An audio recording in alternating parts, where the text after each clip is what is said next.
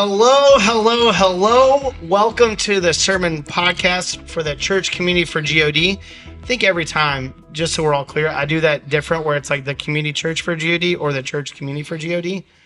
I am part of the pastoral care team, and I mix it up all the time. It's on the poster behind you.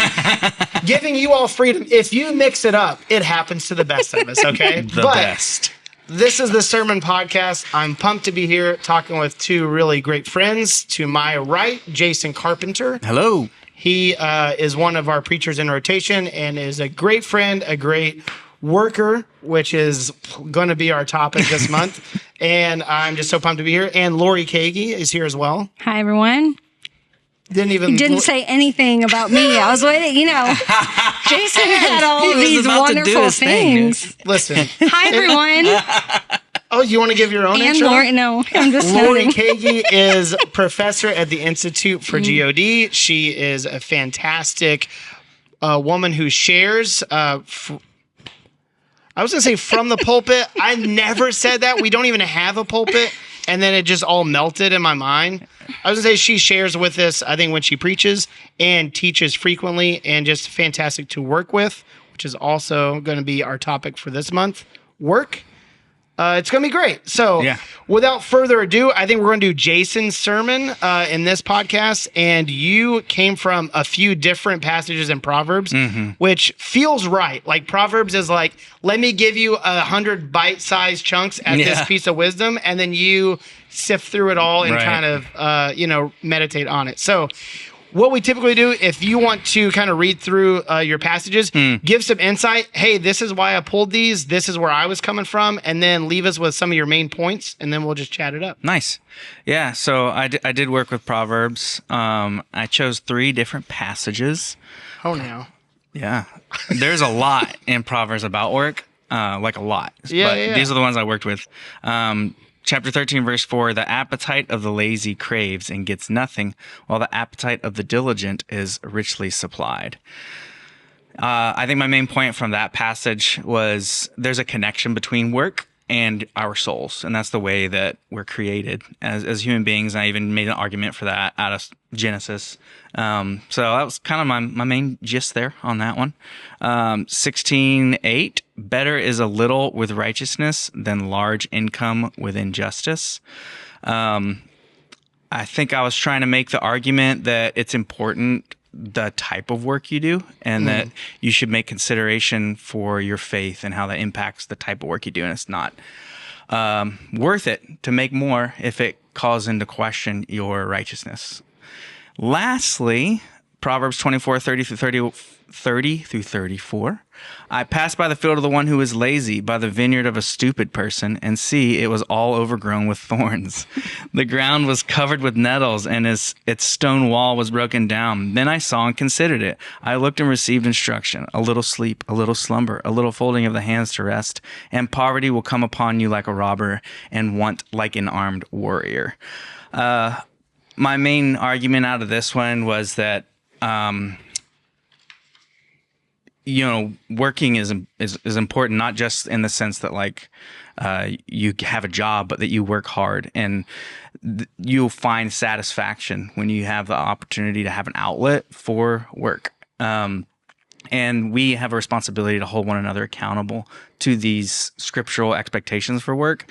And that was one of the main things I was also trying to do with each one of these passages, was make a little bit of a distinction between cultural trends and ideas and what scripture says about work. So something like that. I was going to hit on your stats that you threw at us, because I think that was you had so many stories, so many jobs from your family and your life, and then I think stats where per a Gallup poll 2022 is over 50% of the U.S. workforce is quiet quitting, with 32% still actively engaged, and then 18% actively disengaged. Yeah. So that would basically be over half is bare minimum. Right. And then 18% is I am doing less than the minimum. I'm avoiding work at all costs. Which is definitely interesting. Bare minimum Mondays, which is a trend where Mondays are hard. let's make them easier. Yeah, basically. Okay. And then I hadn't heard of a career cushioner, which I think you said using time on the clock to build a resume, find other opportunities, and generally just looking for a better job while you're at a current job. Right. Exactly. Okay. Yeah. And then over half of Gen Z wants to be content creators. Gen Z demonstrates the least conventional loyalty to workplaces, but have a desire to know the why behind their work. Mm-hmm. Yeah. So I think in drawing, you kind of brought that up towards the beginning of the sermon. The contrast you're drawing from the Proverbs and the Word to here is like a commitment to jobs, or is it just that in these stats, it's apparent that people don't have the work ethic we should have as believers? Mm-hmm. Or was there a particular kind of like lens that you were drawing the contrast from, or just that jobs today can be so, I don't want to say flippant, but can be so disconnected from like working the ground, or like an agrarian society that would be in Proverbs, where it's like there's an actual literal result from my hands on that day. Right. I am a potter. I made this pot. I am a tent maker. I have constructed a tent. Right. Like, I'm working the ground, see my progress. Like where jobs today, it has steps removed where it's like, hey, I can be at work and not really work. I had kind of all those thoughts, but I wanted to hear. Yeah, I mean, I think I just wanted to do a little bit of research because I think attitudes towards work is a very cultural thing. And like, Right. even if you think about generations in our society, like if you were to ask a boomer what their attitudes for work were, those surveys are going to be vastly different than what we're getting here with modern day. And that doesn't mean that boomers are necessarily better. I think it's just like, I wanted to bring up the point that there's a cultural definition of what work is. Right. So we need to use the Bible to determine if that's like where we need to sift out what's not holy. Yeah. You know? Yeah. So I brought up career cushioning and bare minimum Mondays in the context of my work at MCH and how I work. Matt James works with me, and I brought up how I don't think he practices these things. I made that pretty clear, I hope. You just wanted to drop his name anyway. But I said if he did, I would feel like that would be an offense to me. You know, not just like, oh, my feelings are hurt, but like, hey man, Scripture calls us to more than like you like bailing on me, trying to find another job, and then not Right. telling me like you're gonna do that, because that's you know. So that was kind of like some of the distinctions I was trying to make. Yeah. And I think my thoughts with the Proverbs is they can be so like concrete and terse and to the point where it really draws like that sharp distinction of like black and white, where it's like, hey, you're lazy and you're not fulfilled, or you're diligent and you are fulfilled. Yeah. Which like part of my like thinking and questioning is that, so obviously there's going to be more nuance in everyday life. There always is, you know, of like exceptions or whatever. But based on the Proverbs, that there's really, when you are diligent and you are productive, which you highlighted over and over, that at work we are supposed to be productive. That is like, there should be a direct result of our work. And that it affects our soul. Like if we feel fulfilled, or if we have a lack and feel like we don't have a purpose, is when we're not being productive. Again, I think my personality is dichotomistic, where I can almost, seemingly, I think, I can go to any job. I think jobs I've had at Papa John's, which you gave a shout out to. I worked at Target. I've mowed yards. I worked at the General Jackson and Opryland. I've done food truck. I think, and all those are kind of lower tier jobs, I would say. At all of those, I've never felt like I don't have a purpose. I'm like, I'm at work. I'm locked in on whatever I'm doing. And then when I'm home or I'm volunteering somewhere, I'm like, that's a different space. So I think I can find productivity and feel fine. Can we find that satisfaction in our soul being productive almost no matter what we're doing? Or is that like a personality thing where it's like, hey, I'm fine doing whatever job and I'm still content. But it's like some people are like, hey, if I can't see that through point of like where this helps someone, or like how this is actually growing me to like be a better worker or servant, they can still feel a lack. Like, is there a disconnect there, or is that? I don't know if I'd say like personality, but I think it does. Like even in Jeff's sermon, I think he did well in noting like it's a blessing to have a job. Right. And so I think those kind of like mental meanderings, you know, are sometimes a result of like, but is it the right job? What if I had a different job? Then like it kind of is grass is greener thing. Yeah. Like Right. I have one, but I don't know if it's the one that I want or the one that's these things. Maybe there's just certain personalities leaning towards that, or maybe it's just a general discontent. It may be, you know, somewhat what you've gone through. Like I've actually read some differing stats on Gen Z. The one where, because here it says it demonstrates the least conventional loyalty to workplaces. I was reading a book this week that was like, that's not necessarily true because they've seen the downfall in essence. So they've seen their parents lose their jobs in the economic crisis, or they've seen jobs be unstable.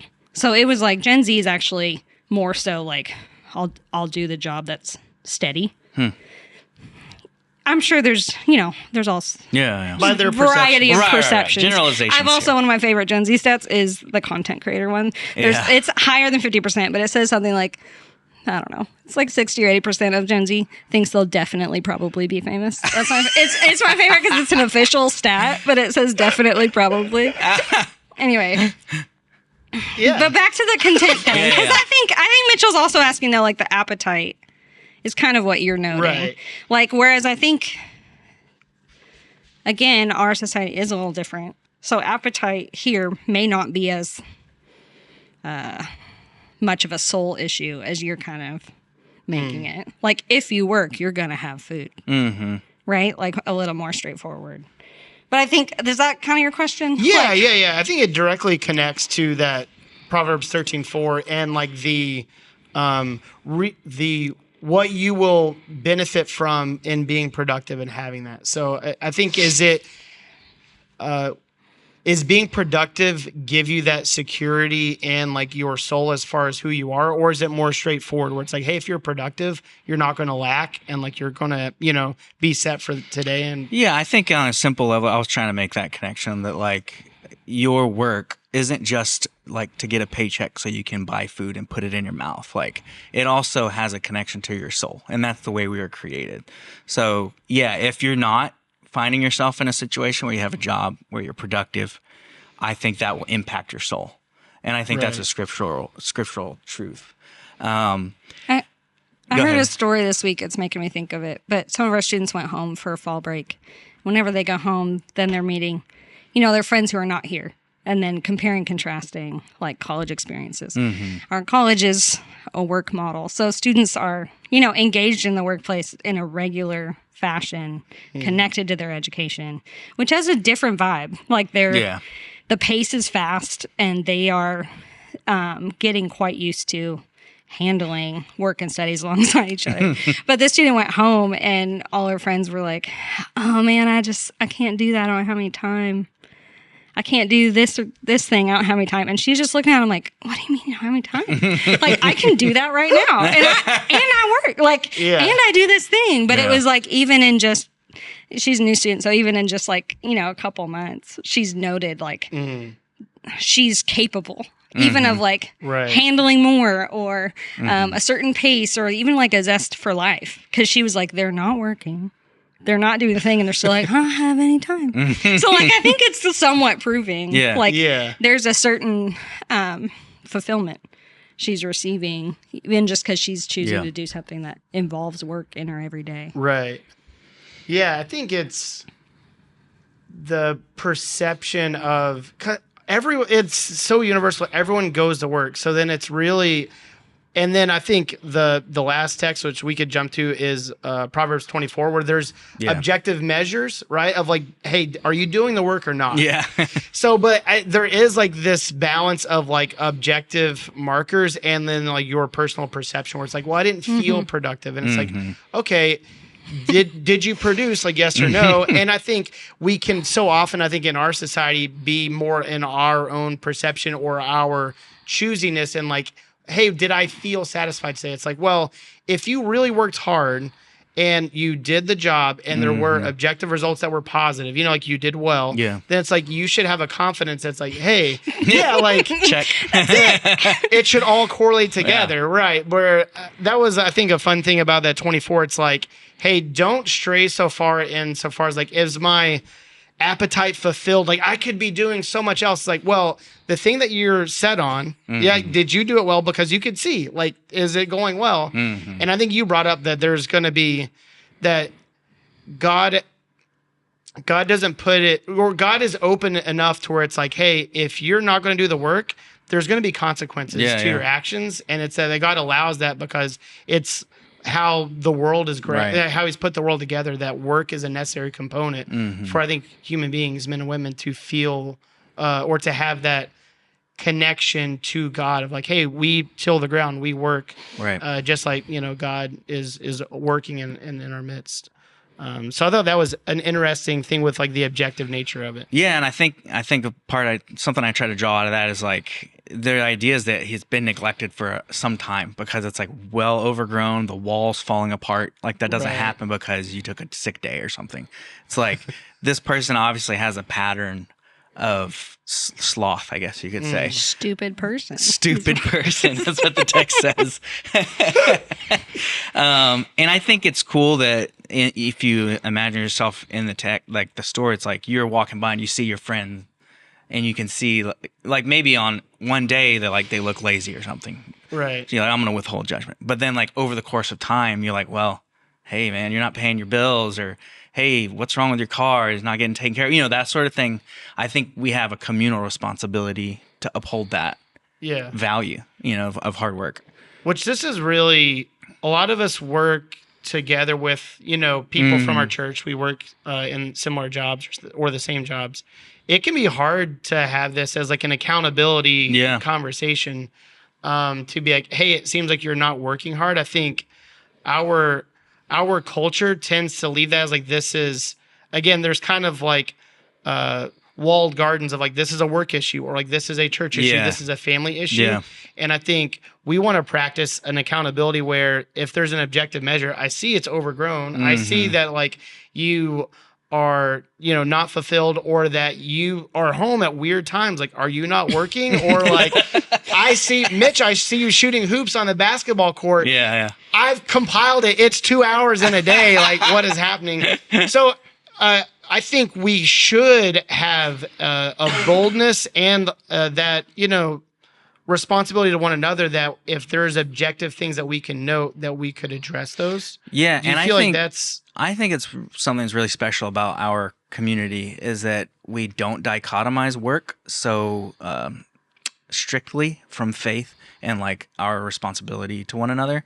So I think it's pretty profound, but it also comes with complications, of like wearing different hats in different scenarios. Right. But I think it's important that our values don't just find their practice in like a religious context or our family context, but they should find their expression in our work as well. Right. And not just like I witnessed to my coworker today, but like your values, your theological values play out in the context of your work.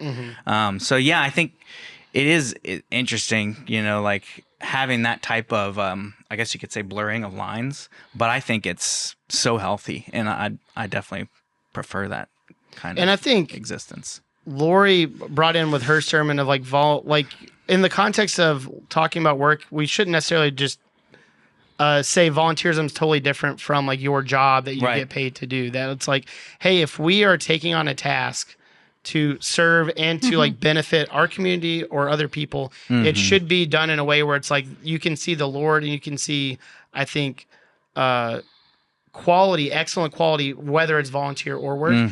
So I just want to kind of sit on that for another second.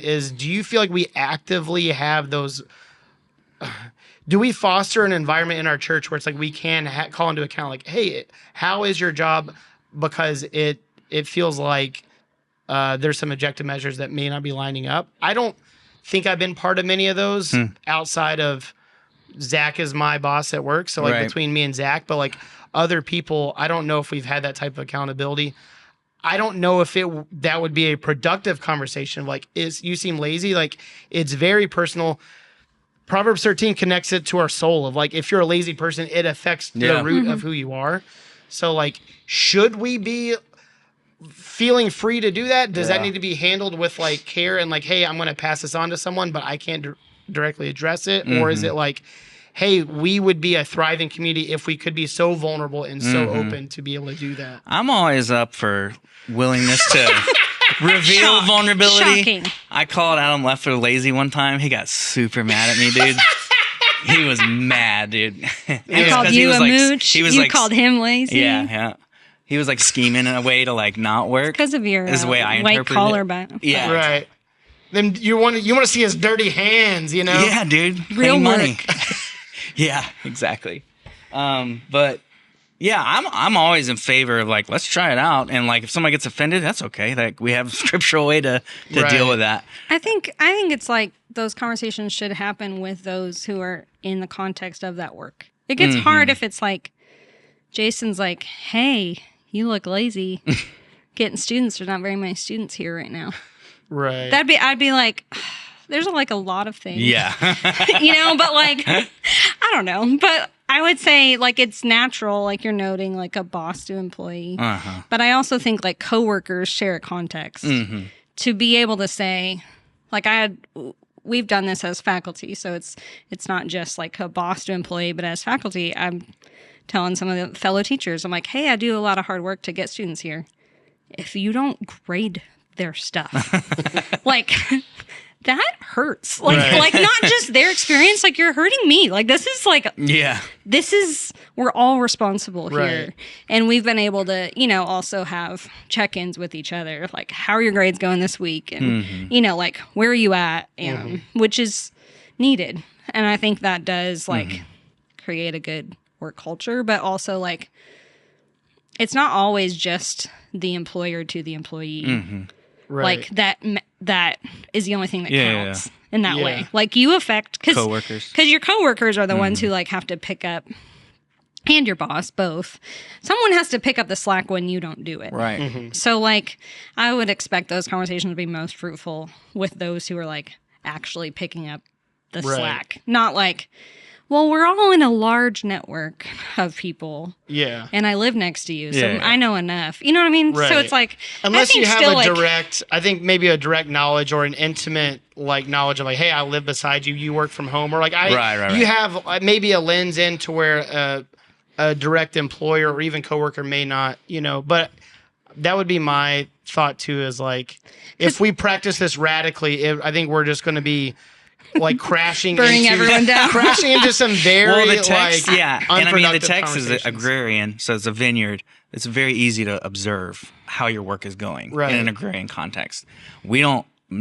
Any of us. I'm kind of that person though. I don't have a vineyard, but like Ashton Moore calls me the property police because like I have to give tours around the whole property. So I'm like, hey, these are the worst. It is the worst, but I don't know what to tell you. Like, move this generator. I'm like, it's not a generator; it's an air compressor. I don't know what it is, but it's in the way. It's there for a reason. So there are like moments where I'm doing that to everyone, but I am like, I'm the one that has to stand there and explain all the stuff. I don't know what it is. It's ugly. Just put it away. Yeah. So like that happens, but I think it's also like a favor to your boss to like not put every piece of correction on your boss to give. Like. Yeah. You are vulnerable in saying, hey, I'm tired of carrying you through this. Right. Like, it does go somewhere when you don't do it. Like, for sure. But if you only like, you're like, well, it's the boss's job to do. I think it's kind of just a passive. Yeah, I agree.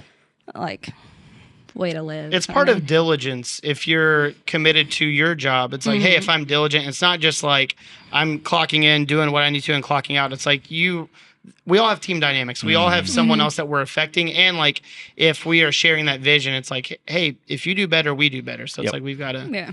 And I think something else that, drawing back to like the volunteers, because I think a number of contexts, it can be even harder where it's a volunteer team of some kind, or, hey, this is my fourth responsibility. I'm popping in here, but I don't have much stake in it as you do or whatever.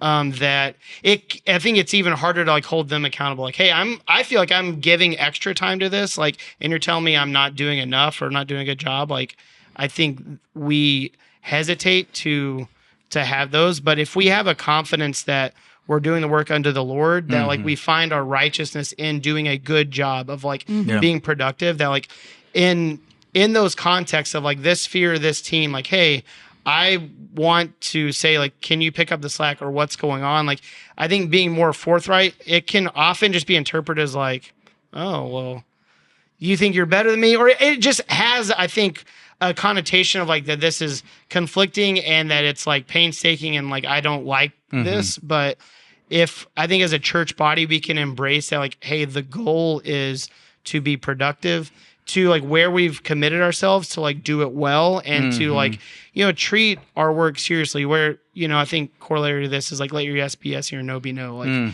hey, if this is where God has you and you're willing to do it, fantastic. Can we get this? If not, like, be released from it. Yeah. But holding on to that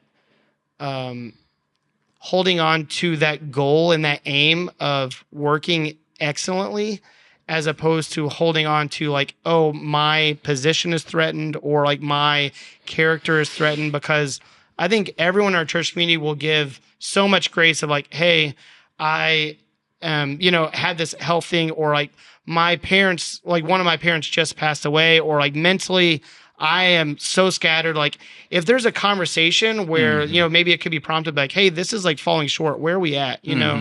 But I think we tend to maybe whisper to coworkers and say like, oh, I'll pick up the slack now, but I'm keeping a record on, hey, this person is not living up to the standard. And I think that's easier to do because it doesn't take the time and the effort to like have that, confrontation, but it's short-sighted and not benefiting our community. Well, yeah, it's not making every effort to maintain the bond of unity. That sounds good, Laurie.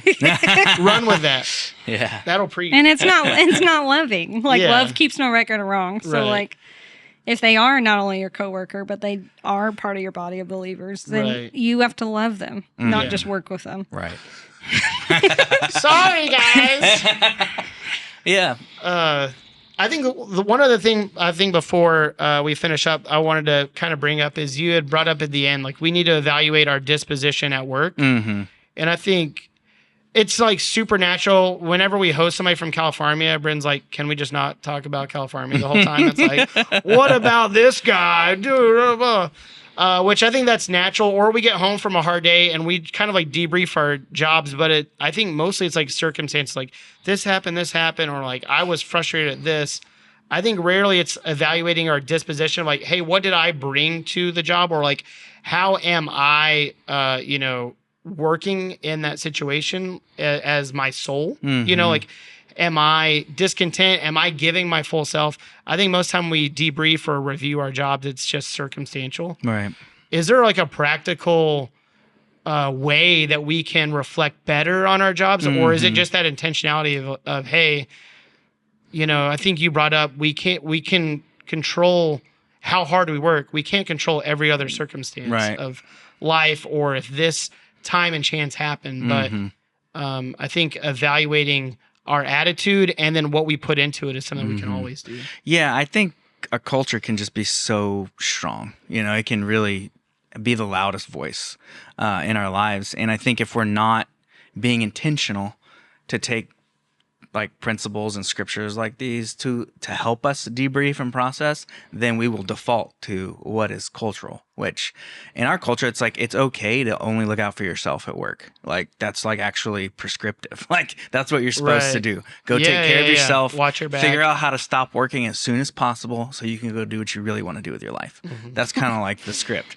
but that is not holy, dude. Like, and I think that's an argument you have to make, because a lot of Christians may not consider the interconnectedness of like their occupation or their work with their faith like that. They very much set it aside. So I think one of my main encouragements there at the end was like, are you evaluating your work like scripturally? Or is it just, clocked in, got these things done, had this problem come up, or I hate this person I work with, blah, blah, blah, blah. Or are you actually like evaluating what your attitude is to work, and is it something you do as unto the Lord, like we're supposed to? And I think that will only result in greater righteousness in the community you live in. And I think we shouldn't come to a position where it's like, hey, you could never change jobs by any means or have a different direction. But so often, I think if we have something that's not satisfied at work, the easiest thing to think of is like, well, is there another place I could go? Where I think if we had that process of evaluating scripturally how we are at work, that it's like there is an inherent, satisfaction in being productive, where it's like if we aren't there or we're not giving ourselves to be there, that it's like the problem could very well be in what we're bringing to that job, as opposed to let me change the circumstance and then that'll solve everything. Because the Proverbs give some examples, but it's not so specific that it's like, hey, everybody's working one. We're all working a job. Like, you better find some, like, at your place, find some productivity and find some satisfaction in what you're doing, because if you're just bopping around to something different, it's like that void is still going to be there. Like, are you giving yourself to that? Are you finding, this productivity that you're connecting with how God works with us as human beings? Or if you're not, you're just going to be stuck in this place where you are lacking and searching for what is the problem. For sure. Cool. Is there anything else we need to touch on? Or I feel pretty good about it. I mean, Laurie did call me a mooch one time. That was spotlight. It's your favorite story about me. Just to bring that up again. The pie chart's filling it more and more in. Every time he talks about me. But I brought it up as a positive story. You validated her perspective. She that saw you my indeed neglected vineyard and called it out. Just personally, you've listed so many jobs that you've done.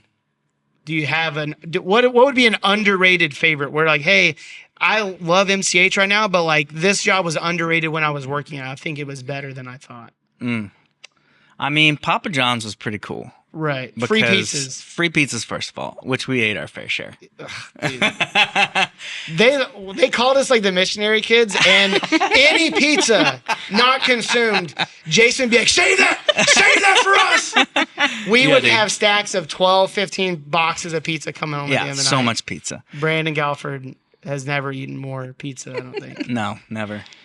And it was cool to like drive in the car and listen to music, pray or whatever. That's cool.